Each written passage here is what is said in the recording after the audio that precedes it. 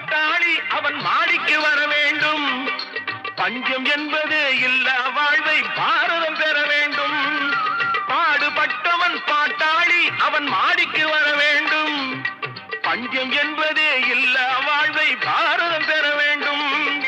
நாடெங்கும் கேமங்கள், வீடெங்கும் லாபங்கள்.